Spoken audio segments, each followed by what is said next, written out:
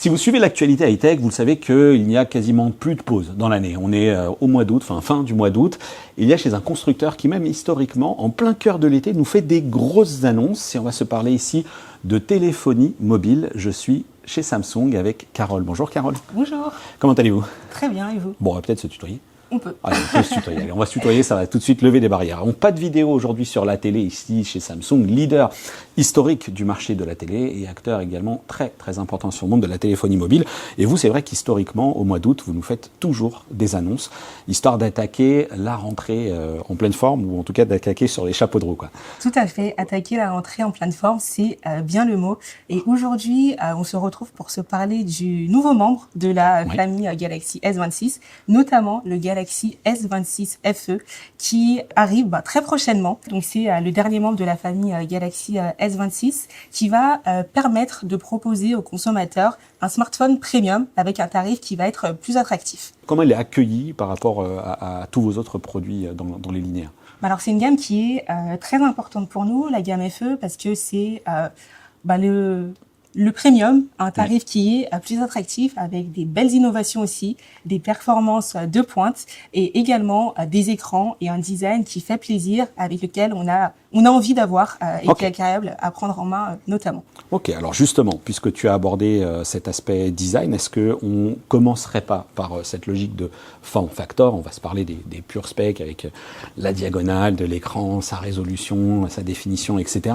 Mais est-ce qu'on commencerait pas justement par ce qui a été apporté sur ce S26 FE? Ça tombe bien parce que j'en ai apporté un, notamment celui-ci. Donc c'est le verre d'eau. Donc on retrouve vraiment un design à l'ADN Galaxy S 2026 avec des tranches plates, des bordures qui vont être arrondies et notamment ce triple capteur photo iconique qui est mis en avant avec un îlot qui a été repensé sur la série S26 FE.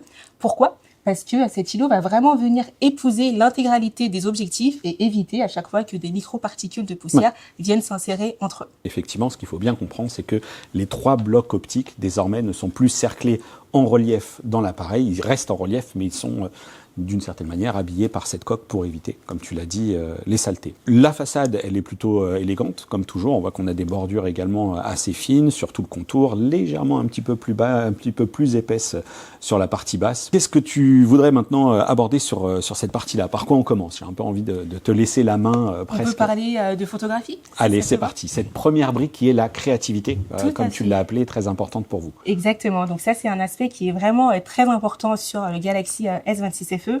Très souvent, quand on parle Galaxy S chez Samsung, l'une des premières choses, du moins, qui nous vient à l'esprit, c'est la partie photographie. Tout à fait. Et avec le Galaxy S26 FE, on va également embarquer un appareil photo de pointe, notamment avec des retouches qui sont boostées avec l'intelligence artificielle, et tout va se faire directement depuis la galerie, sans besoin de télécharger d'applications additionnelles. Et ça, c'est des retouches boostées à l'IA qui se font de façon hyper simple, et ça, c'est très important pour les consommateurs. Par la partie galerie, donc votre application galerie qui est sur les smartphones de chez Samsung, est-ce qu'elles se font offline ou directement maintenant par les NPU qui sont intégrés dans le smartphone? Alors, on aura une partie qui va pouvoir se faire directement dans le device. Donc, on va aussi retrouver des fonctionnalités additionnelles sur le Galaxy S26 FE, sur la partie vidéo dans un premier temps, avec la fonctionnalité recadrage dynamique qui a été introduite récemment avec nos nouveaux smartphones pliables. Donc, recadrage dynamique, c'est une fonctionnalité qui va permettre, lorsqu'on prend une vidéo avec un cadrage qui va pouvoir être approximatif, comme ça nous arrive à tous souvent, sortir son smartphone sur le qui-vive pour pouvoir capter un moment en live qu'on peut n'avoir qu'une fois. Donc là, avec le recadrage dynamique, on va vraiment pouvoir centrer son sujet favori et s'affranchir de tous les éléments qu'il y aura autour. Donc ça peut être lorsqu'on a un concert par exemple et qu'on a une scène un peu trop large, on va faire son focus sur notre sujet favori et avoir une vidéo avec un cadrage qui est parfait et une vidéo aussi qui est prête à être partagée en quelques clics. Ouais, donc ça c'est la fameuse fonction follow. Alors je ne sais pas si j'arriverai à récupérer les images que vous nous avez montrées ici, qui sont toujours confidentielles, mais peut-être qu'elles seront en ligne au moment du reveal officiel de ces smartphones. Mais c'est vrai que ce trio de jeunes, enfin vous nous avez montré une vidéo tournée en format paysage conventionnel avec 3 jeunes qui dansent et en fait chacun choisit grosso modo qui il veut suivre et ça permet de ressortir des shorts, des formats verticaux spotés sur cette personne avec le follow. Donc pour moi qui suis créateur de contenu, je peux t'assurer qu'avoir un truc comme ça sur un salon où je pourrais me balader, ouais, ça m'intéresse plutôt pas mal. C'est vachement intéressant, je confirme. Deuxième fonctionnalité, vous l'avez déjà aussi annoncé sur vos produits flagship, qui est la stabilisation, très importante aussi. Tout à fait, on le sait, pour qu'une vidéo soit réussie, c'est une vidéo qui est stable. Avec le mode super stabilité et le verrouillage horizontal, on va pouvoir aujourd'hui, avec son Galaxy S26 FE, filmer en mouvement, filmer une séance de sport, filmer en train de courir, même si je recommande pas parce que c'est vraiment à nos risques et périls, filmer en train de faire du vélo ou en train de suivre son animal de compagnie. Et même lorsqu'on bouge son smartphone de façon un peu trop rapide, qu'on le tourne à 360 degrés, on aura vraiment l'horizon qui va être maintenu et une vidéo qui sera vraiment très très stable. On voit que c'est stable.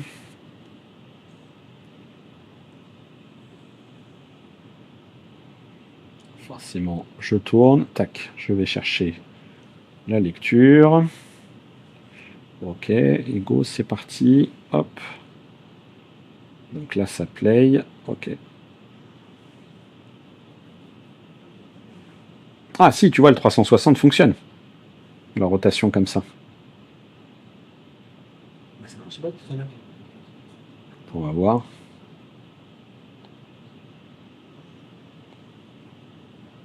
Quelques petits défauts ici en haut, mais ouais, si tu vois, ça tourne. Ça, effectivement, ça a fonctionné. Le 360, il a bien fonctionné. Je vais refaire la même sur le 1X.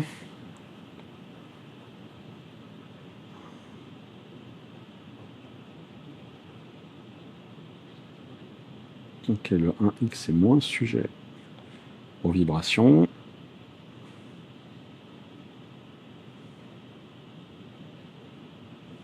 13 secondes, 14, 15, 16, 17, 18, 19, 20. Hop, je tourne. Oula, j'ai fait un tour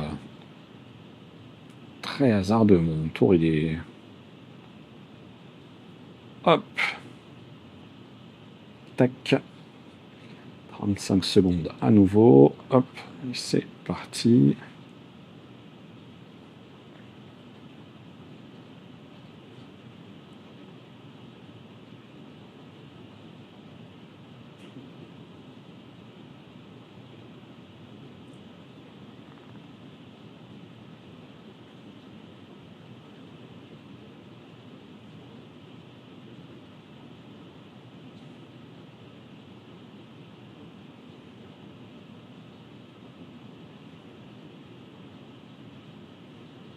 Ouais, c'est assez étonnant. Autre mode très important sur lequel on sait que vous travaillez depuis longtemps, maintenant, les photos, vidéos de nuit. Oui, tout à fait. Notamment la nightographie, comme on l'aime bien appeler chez Samsung. Donc ça aussi, c'est vraiment un élément phare sur nos smartphones de cette gamme-là, où là, on va vraiment pouvoir proposer des vidéos qui sont stables.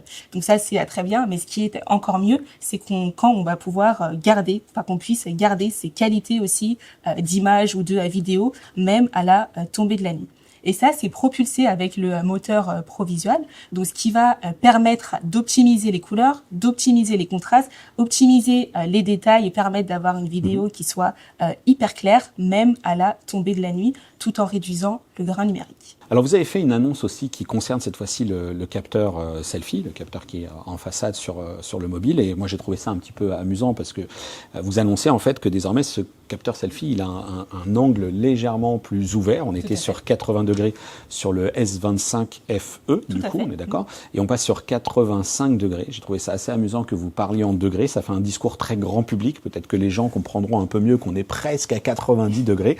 Est-ce que tu as as des équivalences peut-être cette fois-ci pour les différents capteurs? Là, ce qu'il faut retenir, effectivement, comme tu l'as dit, c'est que l'angle de prise de vue de la caméra selfie a été ouvert. Donc, on va pouvoir laisser entrer plus d'amis dans ces selfies et avoir un angle de prise de vue qui est élargi. En termes d'ouverture sur les autres capteurs du smartphone, sur le capteur grand angle, donc qui est le capteur principal de 50 mégapixels qui sera stabilisé, on a une ouverture à 1.8. Sur le capteur ultra grand angle, donc qui sera de 12 mégapixels, on aura une ouverture à 2.2. Sur le téléobjectif, on pourra avoir un zoom optique jusqu'à x3, on aura 8 mégapixels avec une ouverture à 2.4 et sur le capteur selfie, une ouverture à 2.2. Capteur selfie qui est un 12 millions de pixels. Je ne sais pas si on l'avait reprécisé, mais on était sur du 12 millions de pixels. Ok, très bien. Alors, il y a naturellement plein d'autres choses qui peuvent intervenir, des choses qu'on a aussi déjà un petit peu vues, les logiques de gomme audio. Ça fait un moment qu'on en entend parler maintenant, mais qui effectivement s'avère toujours aussi pratique. Tout aussi pratique, la possibilité de scanner un document à partir de l'appareil photo. Qui n'a jamais utilisé son smartphone pour shooter un papier, mais qui peut être un petit peu corné, qui peut être un petit peu froissé, etc. Et bien là, vous avez une intelligence artificielle qui vous remet tout ça bien d'aplomb, bien d'équerre et qui vous le détourne. J'imagine qu'il peut même aller jusqu'à de la reconnaissance de caractère. On l'a pas abordé, mais j'imagine que... Franchement, on est sur un level, sur un niveau assez qui est assez impressionnant. Alors, on a parlé donc maintenant de toutes ces fonctionnalités et services. Alors, on va entrer peut-être dans le dur un peu avec les caractéristiques techniques de ce produit. Tu nous as dit que c'était un format qui plaisait beaucoup. Quelle est la diagonale de cet écran et qu'est-ce que tu peux nous en dire? Alors, du coup, le Galaxy S26 FE aura une diagonale de 6,7 pouces, donc qui était la diagonale également sur son prédécesseur, qui a beaucoup plu. Donc, on a réitéré avec une formule qui fonctionne bien, avec également un écran avec un taux de rafraîchissement entre 60 et 120 Hz et également un pic de luminosité qui va pouvoir atteindre 1900 nits, donc ce qui va permettre... Bonne lisibilité, oui. Tout à fait. On est sur de la MOLED 2X même, et donc ce qui me mène aussi à te poser une petite interrogation sur la partie autonomie peut-être de ce smartphone. Qu'est-ce que ça donne côté batterie et autonomie? Alors côté batterie, on sera sur un smartphone qui va embarquer une batterie de 4900 mAh avec une recharge rapide en 45 watts qui va permettre de recharger 70% du volume de la batterie en 30 minutes. Concrètement, qu'est-ce que ça signifie? Lorsqu'on se réveille le matin, qu'on prend sa douche, qu'on prend son café, qu'on se prépare, on récupère 70% du volume de la batterie et on est prêt à partir pour la journée. Sur une batterie que vous annoncez, alors bien entendu c'est extrêmement variable en fonction des usages, mais vous annoncez 29 heures d'autonomie pour ce modèle-ci en lecture vidéo, voilà, et on est sur 15 watts de recharge sans fil. C'est encore un petit peu léger. De toute façon, Samsung, vous restez encore assez précautionneux sur ce que vous appelez la charge rapide, entre 45 pour le filaire et 15 pour le sans fil. Bon, vous en tirez vos conclusions.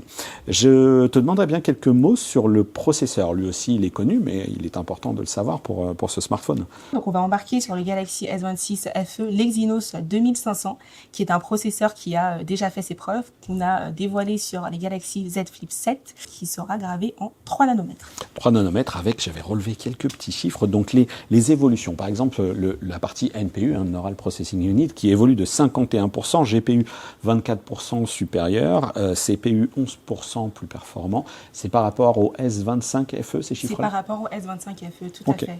Alors, c'est un smartphone de 2026. On va préciser qu'il tourne sous One UI 9, qu'il aura cette année de mise à jour logiciel et mise à jour sécurité. Et donc, ces mises à jour-ci, en tout cas, ce système d'exploitation en 2026, ça donne des trucs comme Now Nudge, comme également le filtrage d'appel, comme le Now Brief, comme le Quick Share et Smart Switch. Alors, sans aller dans le détail de tous ces trucs-là, notamment le partie filtrage d'appel, ça va, je pense qu'on connaît tous, on a tous ce truc-là. Et puis, avec la partie IA, on peut dire, parle à mon IA et puis ensuite je te répondrai si tu veux. Non, par contre, on peut peut-être, qu'est-ce qu'on pourrait se parler? Un peu peut-être de Now Nudge, peut-être qui est un petit peu moins connu. Et puis peut-être le Quick Share et le Smart Switch qui fait introduire des interactions entre deux mondes qu'on pensait très éloignés, mais plus si éloignés que ça aujourd'hui. Tout à fait.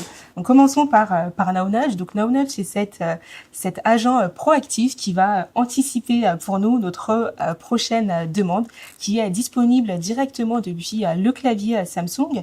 Avec NowNudge, par exemple, lorsqu'on va me proposer un rendez-vous pour aller déjeuner jeudi midi, donc j'aurai cette bulle contextuelle qui va m'être proposée depuis mon clavier Samsung, qui va me permettre d'aller vérifier ma disponibilité depuis mon calendrier, ou directement d'enregistrer ce rendez-vous à mon calendrier également. Ok, donc une forme de passerelle. Alors cette passerelle, elle est valable uniquement pour tous ceux qui utilisent, tu l'as évoqué, le clavier Samsung, mais est-ce qu'il faut du coup que j'utilise que l'écosystème Samsung? Si je rentre mes rendez-vous dans Google Agenda, par exemple, je pense que est-ce que l'interaction se fait toujours ou pas?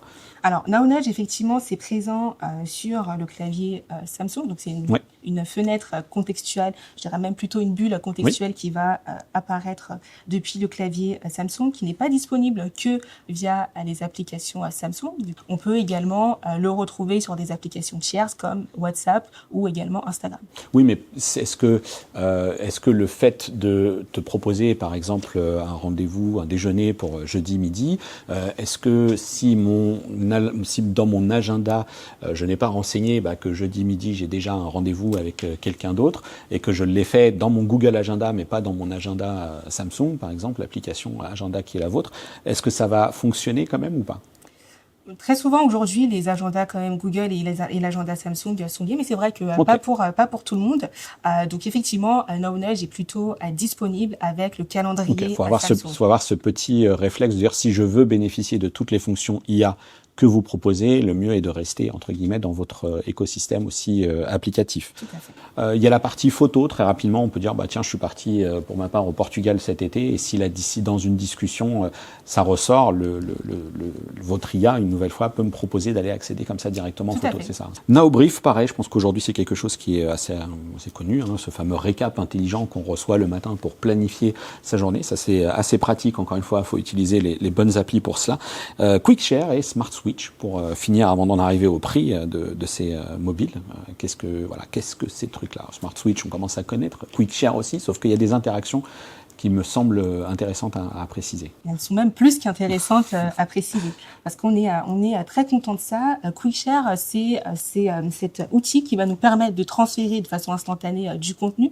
Donc ça va être des photos, des vidéos, des fichiers également, entre appareils Samsung, entre appareils Galaxy, et également, depuis très récemment, on va pouvoir partager son contenu entre deux mondes qui avaient préalablement du mal à communiquer. Maintenant, on va vraiment lever toutes les barrières et on va pouvoir partager ses photos, ses vidéos et ses fichiers préférés à un smartphone iOS. Ok, donc ils activent le AirDrop d'un côté, on partage avec le QuickShare et puis ça fonctionne de manière transparente et rapide, quoi. Totalement transparente et aussi rapide que lorsqu'on le partage directement depuis un smartphone Samsung. Ok, très bien.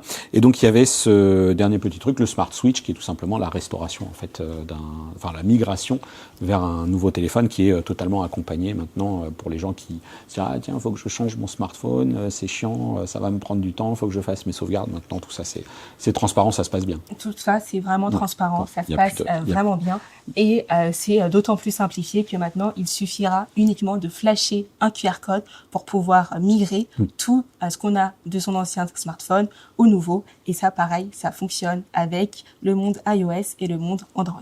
Quelques dernières caractéristiques techniques que je vous partage, ce sont des smartphones qui seront Wi-Fi 6E, donc qui vous permettront d'accéder à cette bande de fréquence des 6 GHz, donc ça c'est plutôt cool pour un mobile également, pour avoir une bonne qualité de surf. C'est de l'IP68, on est sur des mobiles qui mesurent 16,1 cm, 16,16, 161,6 mm pour être précis, 76,9 mm de large et 7,4 mm d'épaisseur et pour 193 grammes. Et c'est à toi maintenant que revient cette lourde responsabilité de nous communiquer les prix selon les deux capacités de stockage et la mémoire vive qui est commune pour le coup. Tout à fait. La mémoire vive donc sera commune, elle sera de 8 Go sur la version 128 et de 156 Go.